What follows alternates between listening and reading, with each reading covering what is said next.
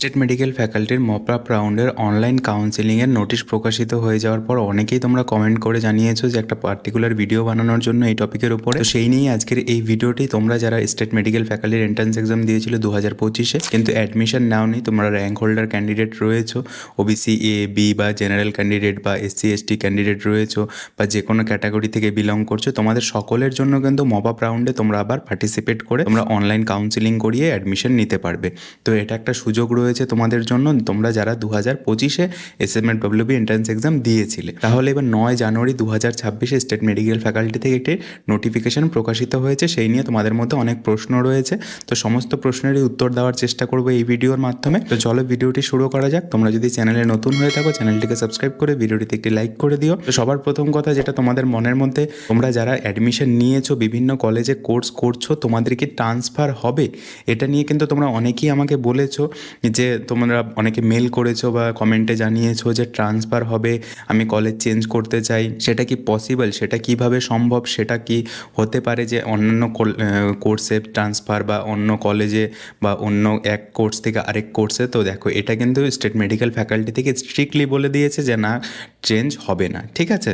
তো এবার তোমরা যদি মনে করো যে না, তুমি যে কলেজটাতে যেতে চাও সেই কলেজটাতে সিট ফাঁকা রয়েছে, সেই কলেজের যদি মনে হয় যে না তুমি সেই কলেজে যাবে, তাহলে কিন্তু সেটা স্টেট মেডিকেল ফ্যাকাল্টি থেকে একমাত্র সম্ভব, ঠিক আছে? স্টেট মেডিকেল ফ্যাকাল্টি ছাড়া কিন্তু, স্টেট মেডিকেল ফ্যাকাল্টি যদি মনে করে যে না তোমাকে ট্রান্সফার করবে, স্টেট মেডিকেল ফ্যাকাল্টিতে গিয়ে যদি তুমি নিজে পার্সোনালি কথা বলো সেখানটায় কী বলছে সেটাই হচ্ছে মেন কথা, ঠিক আছে? এমনিতে কিন্তু বাইরে থেকে আমরা যেটা জানি যে কোনো কলেজ থেকে কলেজ ট্রান্সফার হয় না, স্টেট মেডিকেল ফ্যাকাল্টির আন্ডারে সেটা নেই, ঠিক আছে? কলেজ ট্রান্সফার বা কোর্স ট্রান্সফার কিন্তু নেই, কলেজ ট্রান্সফার কোর্স ট্রান্সফারের পলিসি কিন্তু স্টেট মেডিকেল ফ্যাকাল্টিতে নেই, ঠিক আছে? তো এবার আমাদের যেটা 9 জানুয়ারি 2026-এ তোমাদের মপ আপ রাউন্ডের জন্য যে সিট ম্যাট্রিক্স দিয়েছে এবং নোটিশ দিয়েছে, সেটা অনলাইনে কাউন্সেলিং হবে। সেই অনলাইনের কাউন্সেলিংটা কিভাবে হবে? এর আগের যে রাউন্ডগুলো হয়েছিল সেই রাউন্ডে যারা অ্যাডমিশন নিয়েছিল অনেকেই সিট ক্যান্সেল করেছে, সেই সিটগুলো নিয়ে এবং যে সিটগুলো ভ্যাকেন্ট ছিল সরকারি এবং প্রাইভেট কলেজে, সমস্ত সিটের উপরেই কিন্তু মপ আপ রাউন্ড কাউন্সেলিং হবে, ঠিক আছে? Online mop up counselling against the vacant seat at all reserved and unreserve category for the admission to diploma in allied and health care course academic year 2025-এর জন্য এটা, ঠিক আছে? এটা কিন্তু 2026-এর না। তো এবার তোমাদের এলিজিবিলিটি ক্রাইটেরিয়া, যে মেরিট লিস্টেড ক্যান্ডিডেট, এগুলো আর বেশি কিছু পড়ছি না, ঠিক আছে? OBC A and, OBC B candidate তোমরা অনেকেই ছিলে যারা তখন অ্যাডমিশন নিতে পারোনি, কারণ তখন ওবিসি এনসিএল হয়তো তোমাদের ছিল না বা রিভ্যালিডেশন করা সার্টিফিকেট ছিল না, ঠিক আছে? তো তোমাদের জন্য কিন্তু ওবিসি এ বি এর অনেক সিট ভ্যাকেন্ট ছিল, তো চাইলে সেই সিটগুলোতে এখন তোমরা কিন্তু অ্যাডমিশন নিতে পারো, ঠিক আছে? তো এবার তোমাদের এখানে প্রসিডিওরটা কী থাকবে? এখানে প্রসিডিওর কিন্তু দুটো স্টেপে তোমাদের এখানে এই অনলাইন কাউন্সেলিং চলবে। এটা হলো যে OBC A and OBC B ক্যাটাগরিদের জন্য প্রথমে হবে, তারপরে হবে কিন্তু যে আদার্স ক্যাটাগরি রয়েছে সেই আদার্স ক্যাটাগরির জন্য, ঠিক আছে? এবার দেখো, এখানটায় তোমাদের এই যে tentative schedule of the online mop up counselling, online mop up counselling, দেখো online mop up counselling dedicated rounds for the OBC A and OBC B candidate categories, ঠিক আছে? মানে ওবিসি এ অ্যান্ড ওবিসি বিদের জন্য স্পেশালিভাবে প্রথমে হবে 16 থেকে 18 তারিখের মধ্যে, ঠিক আছে? 16/1 থেকে 18 তারিখের মধ্যে তোমাদের one time registration for participating on mop up round counselling, token payment 200 টাকা দিয়ে তোমাদের রেজিস্ট্রেশন করতে হবে। এবার অনেকেই আবার আমাকে বলেছো যে তোমাদের 200 টাকা আগে পেমেন্ট করা রয়েছে, ঠিক আছে? এবার দেখো তোমাদের 16 তারিখে লগ ইন করার পরে কি দেখাচ্ছে, যে যদি পেমেন্ট করতে হয় তাহলে পেমেন্ট করতে হবে, আর যদি না সেই পেমেন্টটা দিয়েই হয়ে যাচ্ছে তাহলে আর পেমেন্ট করতে হবে না, ঠিক আছে? ফ্রেশ পেমেন্ট যদি চাই যে হ্যাঁ আবার ফ্রেশ পেমেন্ট করে তারপরে তোমরা রেজিস্ট্রেশন করতে পারবে, তাহলে কিন্তু তোমাকে আবার 200 টাকা পেমেন্ট করতে হবে, ঠিক আছে? আর যদি না, যে পেমেন্ট করতে হবে না, তাহলে কিন্তু তোমাদের সেই 200 টাকা দিয়েই হয়ে যাবে, ঠিক আছে? তো সেটা 16 থেকে 18 তারিখের মধ্যে চলবে।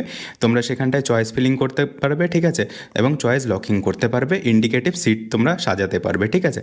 সেটা হয়ে যাওয়ার পরে তোমাদের 19 তারিখে কিন্তু তোমরা রেজাল্ট পেয়ে যাবে তোমাদের ফার্স্ট রাউন্ড যে মপ আপ রাউন্ডে রয়েছে OBC A and OBC B এর জন্য, সেটার কিন্তু তোমরা 19 তারিখে রেজাল্ট পেয়ে যাবে।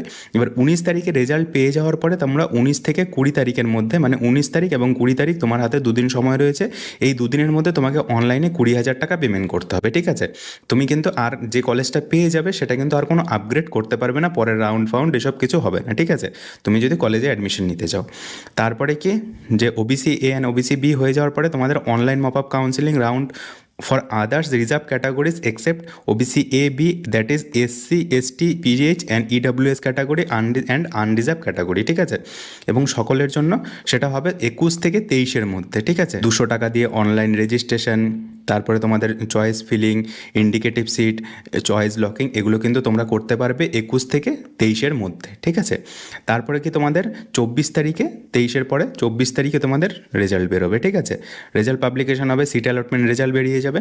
তারপরে তোমরা 24 থেকে 26-এর মধ্যে যদি সেই কলেজে অ্যাডমিশন নিতে চাও তাহলে তোমাদের 20,000 টাকা পেমেন্ট করতে হবে, ঠিক আছে। আর কিন্তু কোনো আপগ্রেডেশন করা যাবে না, একটাই মাত্র আপগ্রেডেশন, ঠিক আছে। একবারেই তুমি চয়েস ফিল করবে এবং চয়েস লক করবে, ঠিক আছে।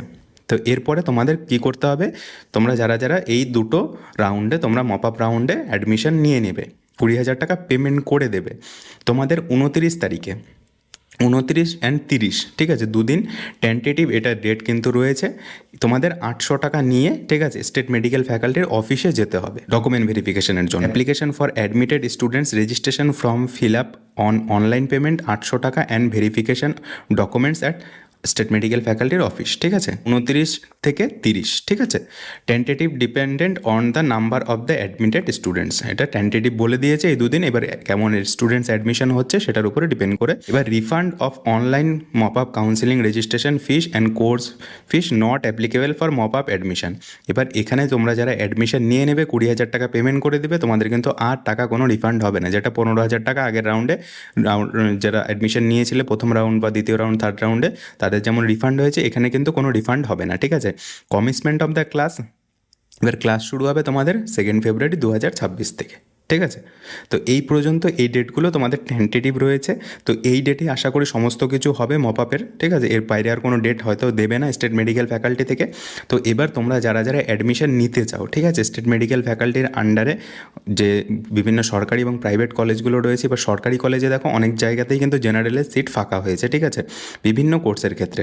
এবার সেই জেনারেলের সিটগুলোতে কিন্তু তোমরা অ্যাডমিশন নিতে পারো, ঠিক আছে। এবার অনেকের প্রশ্ন যে যারা অ্যাডমিশন নিয়েছো তারা কিন্তু অ্যাডমিশন নিতে পারবে না, এখন নতুন করে যারা অ্যাডমিশন নেওনি একমাত্র তারাই কিন্তু এখানে অ্যাডমিশন নিতে পারবে, ঠিক আছে। এটা যদি ভালোভাবে পড়ো সেটা কিন্তু পরিষ্কার বলা রয়েছে যে যারা যারা এখানে অ্যাডমিশন নেয়নি তারাই কিন্তু একদম ফ্রেশলি অ্যাডমিশন নিতে পারবে, ঠিক আছে।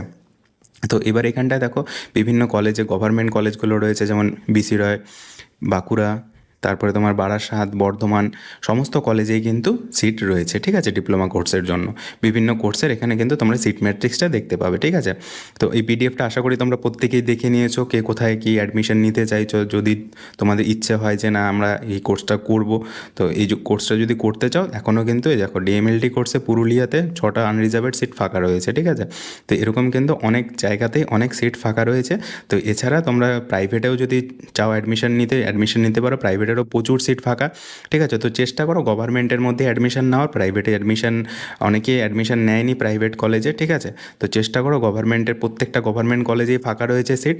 তো চেষ্টা করো গভর্নমেন্ট যদি হয়ে যায় তাহলে তোমরা অ্যাডমিশন নিতে পারো। যদি তোমরা তোমাদের অ্যালাইড হেলথ সায়েন্সের কোর্স করতে চাও, অ্যালাইড হেলথ কেয়ারে তোমাদের কেরিয়ার করতে চাও বিভিন্ন কোর্সের ক্ষেত্রে, তাহলে এটা তোমাদের জন্য একটা লাস্ট চান্স রয়েছে। তো তোমরা অ্যাডমিশন নিতে পারো, ঠিক আছে। এবার তোমাদের উপর ডিপেন্ড করবে তোমরা কী করবে। তো তোমরা প্রত্যেকে একটা রিকোয়েস্ট করেছিলে যে ভিডিও বানানোর জন্য, আশা করি তোমাদের যে প্রশ্নগুলো ছিল সেই প্রশ্নের উত্তর দিতে পেরেছি। আর যদি কোনো প্রশ্ন থাকে তাহলে অবশ্যই কমেন্টে জানাবে, কমেন্টে রিপ্লাই দেওয়ার মাধ্যমে তোমাদের যে কোয়ারিটা থাকবে সেটা ক্লিয়ার করে দেওয়ার চেষ্টা করব। Thank you.